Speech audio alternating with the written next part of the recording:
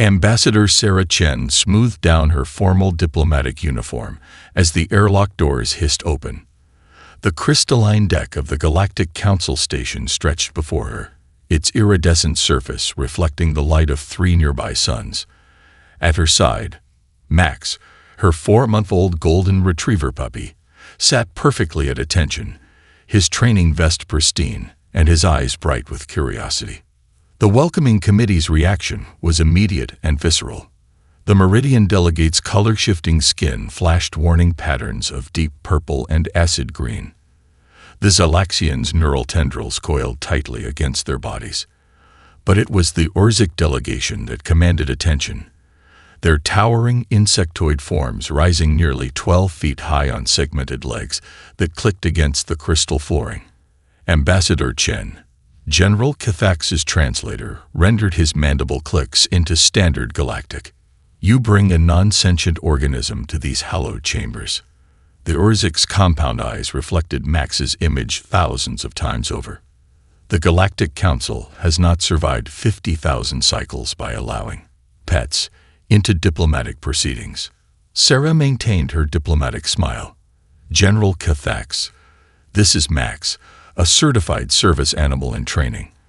On Earth, we've found that the human-canine bond enhances our diplomatic capabilities through improved emotional regulation and intuitive threat assessment.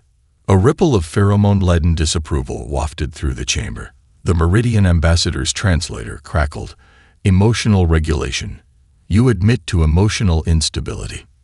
We admit to emotional awareness. Sarah countered smoothly, something that has served humanity well in our diplomatic endeavors. Max, seemingly oblivious to the tension, suddenly noticed his own tail. The puppy spun in a playful circle, drawing gasps of horror from the assembled aliens. But his momentum carried him directly into an anti-gravity pedestal, displaying an ancient ceremonial orb, a relic of the long-lost precursor civilization. Time seemed to slow as the orb wobbled. Sarah's heart stopped as the priceless artifact began to fall. But before anyone could react, Max's training kicked in. At Sarah's sharp hand signal, he positioned himself perfectly, letting the orb roll down his back and into Sarah's waiting hands. The orb, however, had been activated by the contact. It rose from Sarah's grasp, pulsing with forbidden energies, ancient glyphs swirling across its surface. The alien delegations backed away, their security forces moving forward with weapons charged. Stand down. Sarah's voice cut through the chaos. She turned to Max. Marker. The puppy immediately focused on the floating orb, tracking it with his eyes. Up. Max rose on his hind legs. Guide. Moving with deliberate grace, Max herded the floating orb like a shepherd with his flock, directing it back to Sarah. The assembled aliens watched in stunned silence as Sarah and Max worked in perfect synchronization. The puppy guided while Sarah reached out, her fingers dancing across the glyphs in a pattern that seemed random but followed Max's subtle cues.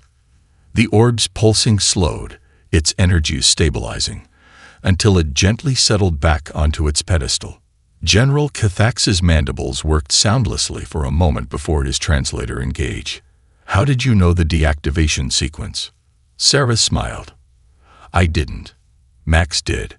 Dogs have an intuitive understanding of body language and energy patterns that far exceeds our own.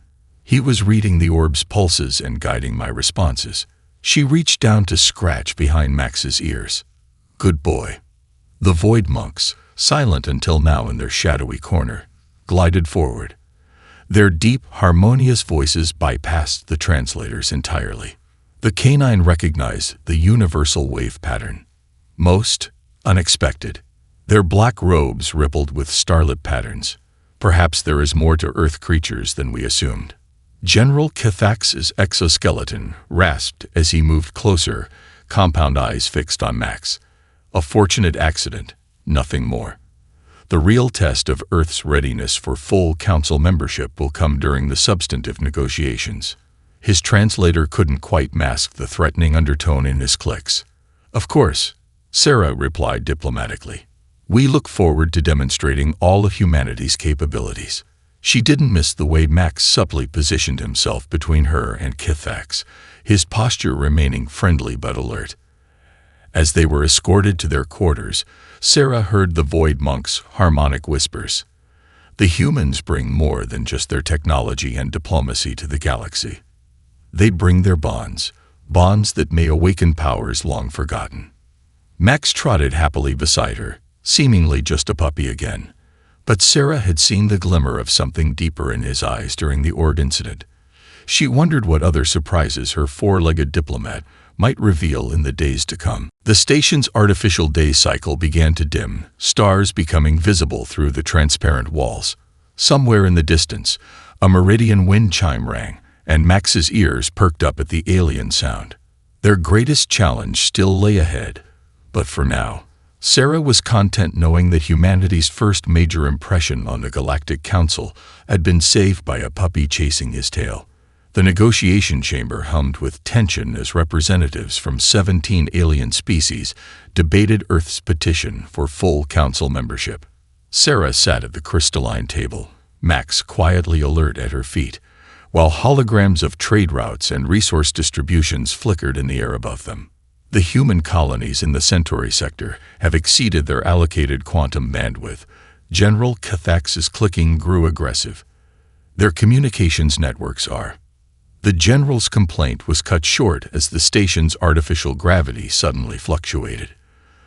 The crystalline chamber groaned as gravitational forces shifted unpredictably. Alien diplomats stumbled, their various adaptations to space travel proving useless against the erratic changes. But Max, operating on pure instinct, had already adjusted his stance. His low center of gravity and four-legged stability gave him a natural advantage. As Sarah began to slide from her chair, Max braced himself against her legs, providing a steady anchor point. Around them, even the most advanced cybernetically enhanced species struggled to maintain their balance. When the gravity finally stabilized, General Kithax's compound eyes fixed on Max with an unsettling intensity. "Most interesting," his translator crackled. "Your primitive quadruped adapted faster than our motion compensation implants." The Meridian ambassador's skin rippled with patterns of scientific curiosity. Perhaps this warrants further investigation. After all, the Council's mandate includes studying unique biological adaptations. Indeed, Kithax's mandibles clicked rapidly. "I propose a challenge, Ambassador Chen.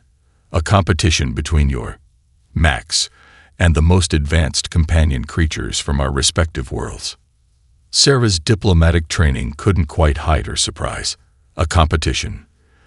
The Rizik Hive maintains a program of biological excellence. Kithax continued. "Our synaptic-linked battle partners are renowned across 3 spiral arms. The Meridians have their phase-shifting empathy beasts.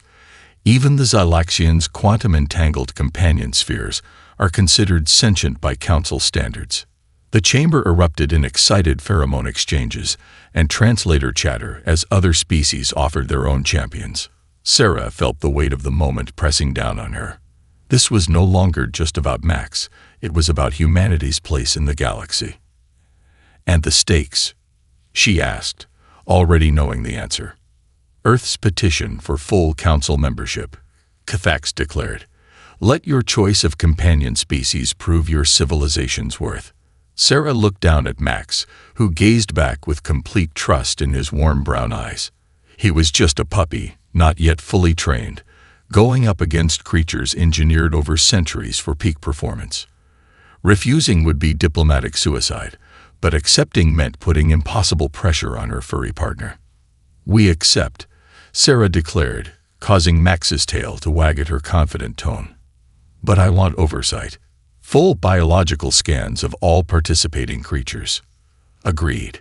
Kithax's translator couldn't quite mask what sounded like satisfaction in his clicks.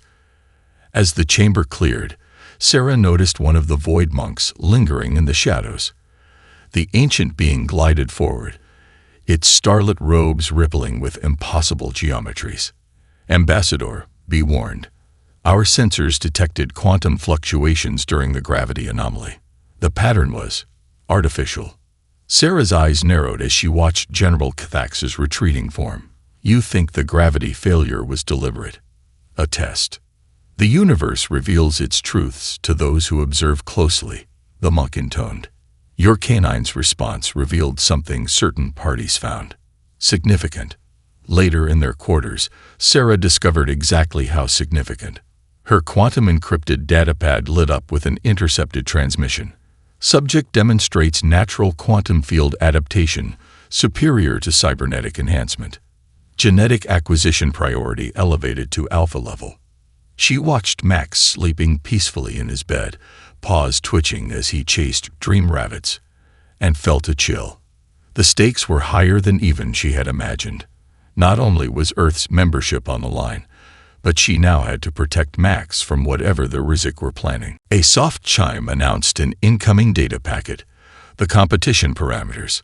Sarah's eyes widened as she read them. Spatial awareness trials, empathy testing, threat response scenarios, and something called dimensional attunement calibration. What have I gotten us into, buddy? She whispered. Max opened one eye and thumped his tail against his bed, completely unconcerned. In that moment, Sarah envied his simple confidence. She didn't know it yet, but that very simplicity would prove to be their greatest advantage in the challenges to come. As station night cycled in, Sarah noticed something odd about Max's bed. The quantum-infused fibers were reflecting his body heat in patterns that exactly matched certain mathematical sequences the Void Monks had shown her. She made a note to pay more attention to such coincidences going forward. After all, in the realm of galactic politics, there was rarely such a thing as true coincidence. The competition arena sprawled across an entire deck of the station, transformed into a series of challenge zones that would test the limits of both natural and engineered abilities. Sarah stood at the entrance with Max, watching their competitors warm up. The Urzik battle symbiote resembled a crystalline mantis, its enhanced carapace glowing with cybernetic implants. The Meridian's phase shifter flowed like liquid mercury, changing colors faster than the eye could track. Most intimidating was the Zylaxian quantum sphere, which seemed to exist in multiple locations simultaneously. The first trial begins, announced the Council's eye. Spatial awareness and pattern recognition. The arena's floor transformed into a complex geometric maze, its pathways constantly shifting and rearranging. The battle symbiote moved with precision, its cybernetic systems calculating each change. The phase shifter simply flowed through the walls like mist. The quantum sphere ignored the maze entirely, tunneling through dimensional shortcuts. Then came Max's turn. Sarah's heart sank as the puppy simply sat down and tilted his head, seemingly confused by the challenge. The alien spectators began emitting waves of smug pheromones. But Max wasn't confused. He was listening. His ears twitched back and forth, catching something only he could hear. Suddenly, he bounded forward, not following the maze's paths but running in what appeared to be random circles and figure eights. Fascinating. One of the Void Monks materialized beside Sarah. Your companion perceives the pattern. What pattern? Sarah watched as Max continued his seemingly chaotic movement. The maze's shifts follow the universal wave function, a mathematical constant woven into the fabric of space-time. Your canine is not solving the maze. He is dancing with the underlying rhythm of reality itself. Max completed another playful spin, and suddenly the maze's shifting slowed, then synchronized with his movements. The entire arena floor began pulsing in harmony with the puppy's casual figure-eight pattern. The alien creatures stopped their own attempts, drawn into Max's natural rhythm. General Cathax's mandibles clattered in agitation. Impossible. The wave function requires quantum computers to calculate. No organic being can. Perhaps, interrupted the Void Monk, your species has forgotten that life itself arose from these patterns. The human term is instinct, a knowing deeper than knowledge. The next trials produced similar surprises. In the empathy test, Max didn't just detect emotions. He responded to quantum fluctuations in the aliens' biochemical fields before they even registered their own feelings. During threat assessment, he consistently ignored obvious dangers to alert Sarah to subtle environmental changes that would have become catastrophic minutes later. But it was the dimensional attunement trial that changed everything. While the engineered creatures demonstrated impressive manipulation of quantum states, Max did something unprecedented.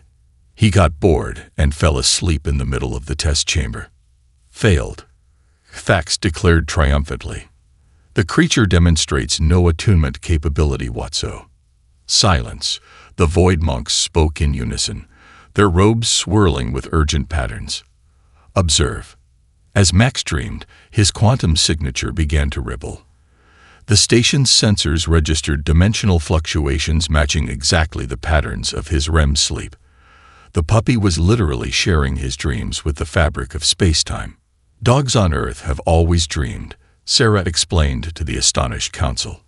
We never thought to ask what those dreams might mean on a quantum level. The implications stunned the galactic scientific community. The Void Monks revealed that they had spent millennia trying to achieve the same natural quantum state that Earth's dogs entered simply by taking a nap. But not everyone was thrilled by these revelations. Sarah overheard fragments of encrypted communications, suggesting that certain factions saw Max's abilities as a threat to their technological supremacy.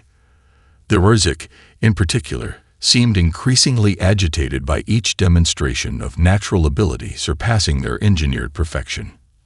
As they returned to their quarters that evening, Sarah noticed they had picked up more shadows, both visible and quantum-cloaked observers tracking their movements. Max, however, remained unfazed. He was more interested in the food replicator that had finally managed to produce something close to a real beef treat. You know, Sarah told him as he enjoyed his snack, you're rewriting galactic understanding of consciousness, quantum mechanics, and the fundamental nature of reality. Max responded by rolling over for a belly rub. Looking at her furry companion, Sarah wondered if perhaps that was the greatest lesson humanity could teach the galaxy, that sometimes the most profound truths come not from striving for complexity, but from embracing simple joys. The universe, it seemed, agreed with that sentiment, as the station's quantum field harmonics hummed in perfect rhythm with Max's contented sighs. Sarah's quantum-encrypted datapad chimed at 300 station time, displaying a cascade of decoded transmissions that made her blood run cold. The messages, bouncing between hidden Orcs communication nodes, painted a disturbing picture. For decades, the Orcs had been secretly studying Earth's animals, particularly dogs, with an intensity that went far beyond scientific curiosity. Quantum resonance patterns match historical records. One transmission read, Canis lupus familiaris exhibits natural capabilities our ancestors lost during the Great Enhancement. Max stirred in his sleep, paws twitching as station sensors registered another surge of quantum activity. Sarah cross-referenced the timing with her intercepted data and discovered something startling. The Orcs were recording every fluctuation, every dream state, building a massive database of canine quantum signatures. A soft knock at her door interrupted her investigation. When it slid open, she found herself face to face with General Thax himself, his massive form somehow managing to project an air of vulnerability despite its intimidating architecture. Ambassador Chen, his translator whispered, "We must speak. Privately." Sarah glanced at Max, who had woken up but showed no signs of alarm. Unusual given his typical wariness around the Orcs general. Instead, he watched Thax with what almost looked like sympathy. The gravity malfunction was deliberate, Thax admitted once they were seated, but not for the reasons you suspect. His compound eyes shifted, displaying colors Sarah had never seen in them before. What do you know of Orcs history? Only what's in the public records, Sarah replied cautiously. Your species underwent a voluntary cybernetic enhancement program thousands of years ago. Not voluntary. Thax's mandibles clicked softly. Necessary. We were dying. Our world was dying. But the enhancements came with a cost we didn't understand until it was too late. The general's exoskeleton shifted, revealing glimpses of the organic being beneath the cybernetics. We had companions once, creatures that evolved alongside us just as dogs did with humans. They were called the Kizit, impossible to pronounce in any human tongue. They helped us survive the toxic seasons, warned us of dangerous crystal storms, shared our joys and sorrows. What happened to them? The enhancements changed us, changed our quantum signatures. The Kizit could no longer sense our emotions, could no longer share their dreams with us. Within 3 generations, they lost their own natural abilities. Within 5, they were extinct. Kithax's translator crackled with static that might have been emotion. We gained technological supremacy but lost something far more precious. The pieces clicked into place. The gravity test. You were measuring Max's natural quantum adaptation. The same ability your companions lost. Yes, when we first discovered Earth, we were shocked to find a civilization advancing technologically while maintaining their biological bonds. Your dogs aren't just pets, Ambassador. They're proof that another path was possible. One we could have taken. A distant alarm interrupted them, followed by the Station A's calm voice. Warning. Environmental system irregularities detected in sectors 7 through 12. Engineering teams responding. Max was instantly alert, his posture signaling something was wrong. Sarah checked her datapad and felt her stomach drop. These aren't irregularities. Someone's systematically overriding life support protocols across multiple sectors. Impossible. Kithax clicked. Our security systems are designed to detect technological threats. Sarah finished. But what if this is something else? Something using quantum pathways your systems aren't designed to monitor. Before Kithax could respond, Max darted to the door, his behavior showing the same urgency he'd displayed during the gravity incident. Sarah reached for her emergency breather mask. General, I suggest you come with us. I think we're about to discover that this situation is more complicated than either of our species suspected. As they followed Max through the increasingly chaotic station corridors, Sarah's mind raced. The Urzik's lost companions, the quantum signatures, Max's unusual abilities. Everything was connected. But the true nature of that connection, and its implications for both humanity and the galaxy, was about to be tested in ways none of them could have anticipated. The station's lights flickered, casting strange shadows as emergency systems engage. In the darkness, Sarah noticed something odd. Kithax's cybernetic components were pulsing in perfect rhythm with Max's movements, almost as if some long-dormant system was awakening in response to the dog's quantum signature. The general noticed it too, his massive form shuddering with what might have been hope or fear. Whatever was happening aboard the station, Sarah realized it was more than just a security breach. It was a collision of paths not taken, of lost bonds and found ones, of nature and technology seeking balance. And somehow, a golden retriever puppy had become the key to understanding it all. The station's environmental crisis escalated with frightening speed. Emergency bulkheads slammed down across multiple sectors, trapping diplomats and staff in areas with rapidly deteriorating life support. Sarah, Kithax, and Max raced through maintenance corridors, following the puppy's inexplicable but unwavering sense of direction. He's tracking something, Sarah explained as Max paused at another junction, nose working overtime. But it's not just scent. Look at his ears.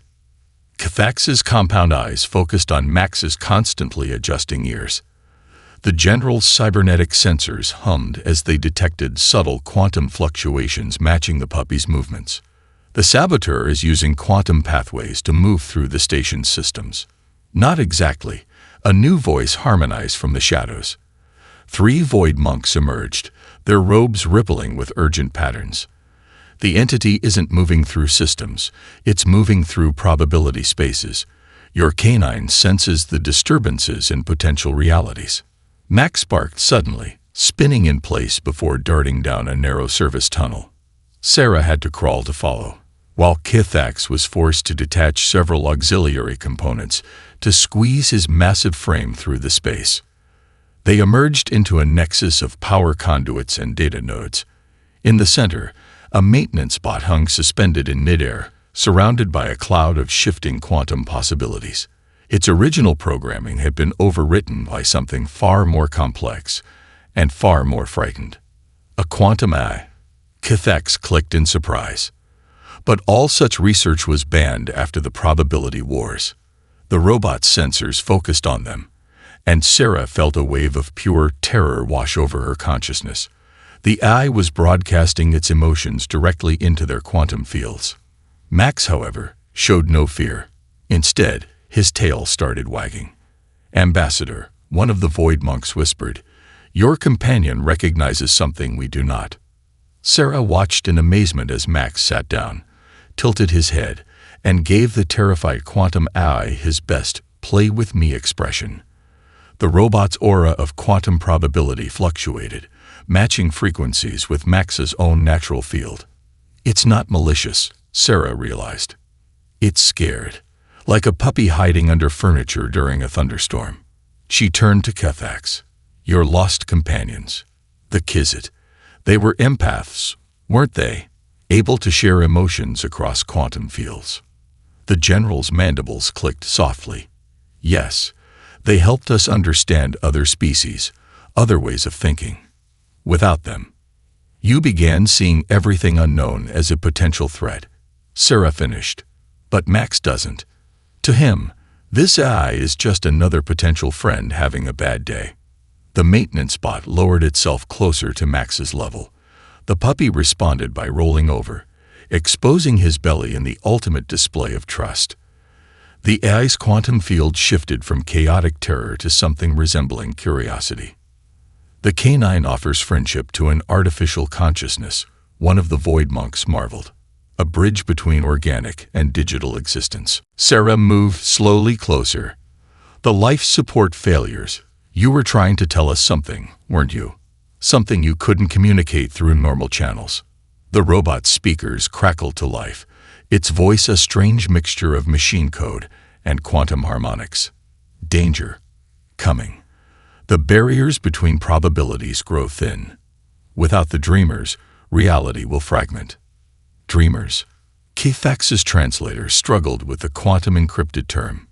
"Like the Kizit," Sarah suggested. "Like Earth's dogs. Species that can naturally perceive and stabilize quantum fields through their consciousness." Max chose that moment to stand up and nose at the robot's manipulator arm. The AI hesitated, then extended the arm to gently pat the puppy's head. The simple gesture carried profound implications, artificial and organic intelligence finding common ground through the simple act of friendship. The station's warning sirens suddenly took on a different tone. "Alert," the main AI announced. "Quantum field stabilization required in all sectors. Reality integrity at risk." The sabotage wasn't sabotage, Sarah realized. It was a warning. Without natural quantum stabilizers like the Kizit, the station's artificial fields are becoming unstable. Fax's cybernetic components hummed as he processed the implications. The Council's push for purely technological solutions has brought us to the brink of quantum collapse. We need both," Sarah finished. "Technology and nature working together, just like they always should have." Max wagged his tail in agreement, while the quantum AI's probability field synchronized with his natural rhythms. In that moment, organic and artificial, past and future, fear and friendship all converged into a single point of understanding. The real crisis wasn't in the station's systems. It was in the galaxy's rejection of the natural bonds that helped keep reality itself stable. Now they just had to convince the Council before the fabric of space-time unraveled around them. The emergency council session crackled with tension and quantum instability. Holographic displays showed reality fluctuations spreading across the station like cracks in glass. The quantum AI, now interfaced with the station's systems, projected probability cascades that made even the Void Monk's robes ripple with concern. Preposterous. The Meridian Ambassador's skin flashed patterns of disbelief. Reality itself cannot depend on the dreams of non-sentient creatures. Max, sitting calmly beside Sarah's chair, chose that moment to fall asleep. The station's quantum sensors immediately registered a localized stabilization effect, spreading from his position. The AI's maintenance bot body hummed in harmony with the puppy's dream state frequencies. "Observe," Kithax clicked, his translator carrying new authority. "The canine naturally maintains quantum coherence that our most advanced systems can barely detect, let alone replicate. The Orcs Empire admits we were wrong. Our pursuit of pure technological advancement has left us blind to essential natural forces." Sarah stood, drawing on every diplomatic skill she possessed. "Members of the Council, Earth doesn't come before you today just seeking membership. We come offering a vital lesson our species learned millennia ago: the power of partnership between different forms of intelligence." The quantum AI projected a simulation showing the station's degrading probability matrix, then overlaid it with readings from Max's current dream state. Where the two patterns intersected, reality stabilized. "The keys weren't just companions," Sarah continued. "They were quantum stabilizers, naturally maintaining the barriers between probability states. When the Orcs enhanced themselves without understanding this symbiotic relationship, we caused a cascade effect across multiple sectors of the galaxy," Kithax finished. "Our cybernetic evolution created quantum instabilities that have been spreading for centuries. Earth's dogs, and humanity's preservation of their natural abilities, may be our last chance to reverse the damage." The council chamber erupted in multilingual chaos. The Zylaxians' quantum spheres pulsed with agitation. The Meridian's color shifts became so rapid they threatened to tear reality further. But through it all, Max slept peacefully, his quantum field a bubble of stability in the chaos. Then something extraordinary happened.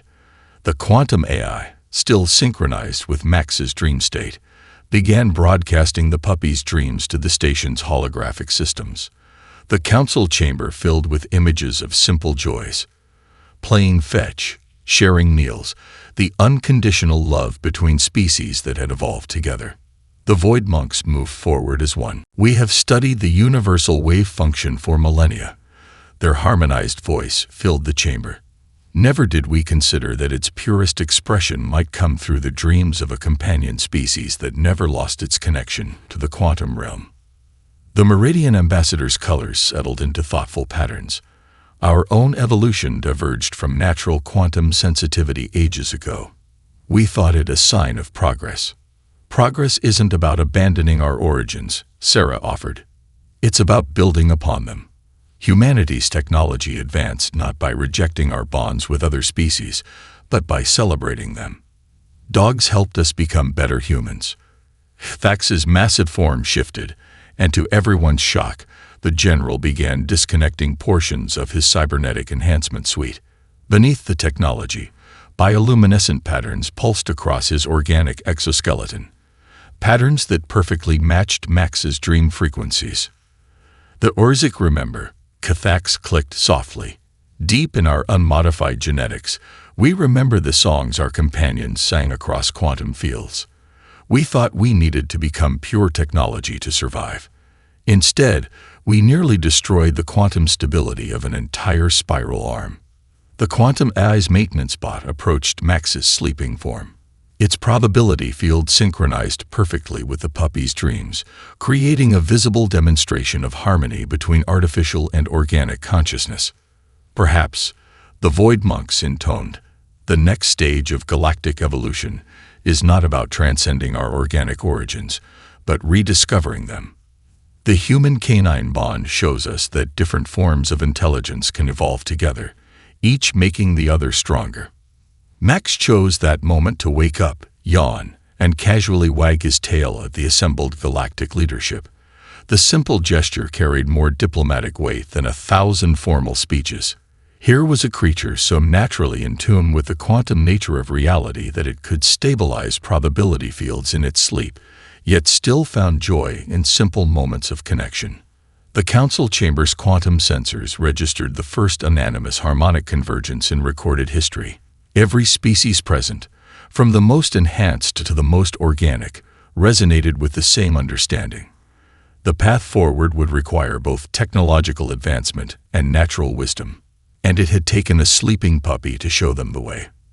The Galactic Council Chamber had been transformed into an unprecedented laboratory of interspecies interaction, where once stood formal podiums and diplomatic barriers, now cushions and play areas dotted the floor. Max, ever the willing teacher, demonstrated the fundamentals of Earth-animal companionship to an audience of the galaxy's most advanced beings. "The game is called Fetch," Sarah explained to a group of fascinated aliens as Max bounded after a quantum-enhanced ball that the AI had crafted specially for the occasion. The ball shifted through probability states, making the game both physically and quantum-mechanically challenging. Remarkable. A Meridian scientist's skin rippled with excitement patterns. The canine tracks quantum trajectories instinctively, yet treats it as play rather than computation. The quantum AI's maintenance bot body had become Max's favorite playmate, learning to match the puppy's natural enthusiasm with its own probability-shifting movements. Together, they were teaching the station's systems new ways of maintaining quantum stability through patterns based on play and joy, rather than rigid mathematical frameworks. But the most profound transformation was happening with General Cathax. The Urzik commander had continued removing unnecessary cybernetic enhancements, revealing more of his species' natural bioluminescence. Currently, he sat on the floor, a shocking breach of Urzik protocol. While Max demonstrated the basics of training through positive reinforcement, the chemical signals released during positive social interaction, Cathax clicked softly, his translator barely keeping up with his wonder. They create quantum resonance patterns. All this time, we thought we needed technology to manipulate quantum fields, when simple happiness does it naturally. Sarah watched as Max placed his paw on Cathax's remaining organic leg segment. The general's exoskeleton, already cracked open from removed cybernetics, suddenly illuminated with patterns that perfectly matched Max's own quantum signature. The display drew gasps from the assembled diplomats. "The Urzik's original biology," one of the Void monks observed, "it remembers. The patterns are similar to those recorded in ancient texts about the Kist." Cathax's compound eyes shifted through colors never before seen in Urzik expression. "I feel them in my genetic memory. The songs they used to sing across quantum fields, the joy we shared before the enhanced revolution." His massive form shuddered. How could we have forgotten something so fundamental? The quantum AI projected a visualization of the quantum fields now permeating the chamber. Where once there had been rigid, artificial containment patterns, now organic waves of probability flowed naturally. Max's influence had created a template that allowed technological and natural quantum states to coexist harmoniously. Your species didn't just lose companions, Sarah realized, watching Max's continued interaction with Cathax. You lost part of yourselves. The Kizit weren't just stabilizing quantum fields, they were helping you maintain your own natural quantum sensitivity. The revelation spread through the chamber like a shockwave. Other species began coming forward with similar stories, lost abilities, forgotten bonds, evolutionary paths abandoned in the rush toward pure technological advancement. The Meridians spoke of ancient empathy-sharing creatures they had genetically engineered out of existence. The Zelaxians admitted their quantum spheres were poor copies of a naturally quantum-sensitive species they had once cherished. Max, seemingly understanding the weight of the moment, moved from alien to alien, offering simple comfort through touch and presence. Each contact created visible quantum resonances, awakening long-dormant genetic memories of similar bonds. "We are witnessing more than just diplomatic breakthrough," the Void monks harmonized. "This is evolutionary memory, expressing itself across multiple species simultaneously. The human-canine bond has become a key to unlocking ancient neural patterns." Security footage of the ongoing interactions was being broadcast across the galactic network, causing a sensation among billions of beings. Reports flooded in of other species beginning to rediscover their own lost connections to the quantum realm, inspired by the simple sight of a puppy playing with a former cybernetic hardliner. Kithax, still glowing with bioluminescent patterns, made an unprecedented announcement. The Arzik Empire will immediately begin a program of selective cybernetic reduction, focusing on restoring our natural quantum sensitivity. Furthermore, we propose an exchange program with Earth to learn the art of interspecies companionship. The chamber's quantum fields pulsed with possibility. The galaxy was changing, awakening to old truths long buried under technology. And at the center of it all, a golden retriever puppy continued to play, teaching the most advanced civilizations in existence that sometimes the simplest connections were the most profound. As the historic session concluded, Sarah noticed Max had fallen asleep again, this time using Kithax's organic segments as a pillow. The general, far from being offended, was watching the puppy's dreams create ripples of stable quantum patterns across the station's probability field. The sight would have been impossible to imagine just days ago. Now it felt like the most natural thing in the universe. The certification ceremony was unlike anything the Galactic Council had ever conducted. Instead of formal processions and rigid protocols, the chamber had been transformed into a space that celebrated both technological achievement and natural harmony. The quantum eye had worked with station systems to create a reality field that combined holographic displays with organic quantum patterns, making the very air shimmer with possibility. Max, freshly groomed and wearing a specially designed vest that incorporated both Earth Service dog insignia and galactic quantum monitoring devices, sat at perfect attention beside Sarah. The vest's sensors tracked his natural quantum field stabilization abilities, providing real-time data that had revolutionized the Council's understanding of consciousness and reality. "We gather," the Void Monks began in their harmonized voice, "to recognize not just Earth's admission to the Galactic Council, but a fundamental shift in our understanding of evolution itself." General Kithax, now sporting a revolutionary hybrid of organic bioluminescence and minimal cybernetic enhancement, stepped forward. His transformed appearance had become a symbol of the changes sweeping the galaxy. The Arzik Empire announces the establishment of the first interspecies Quantum Harmony Academy. Earth's dogs will be our first teachers. The announcement sent ripples through the quantum field.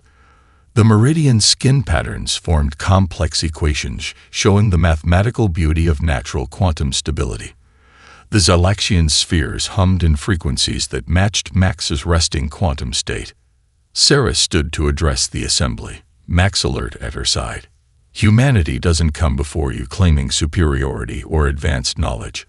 We simply never lost something that many of your species did, the understanding that evolution isn't just about becoming more advanced. It's about maintaining connections, both quantum and emotional." The Quantum Eye's maintenance bot, now permanently synced with Max's quantum signature, projected a remarkable simulation.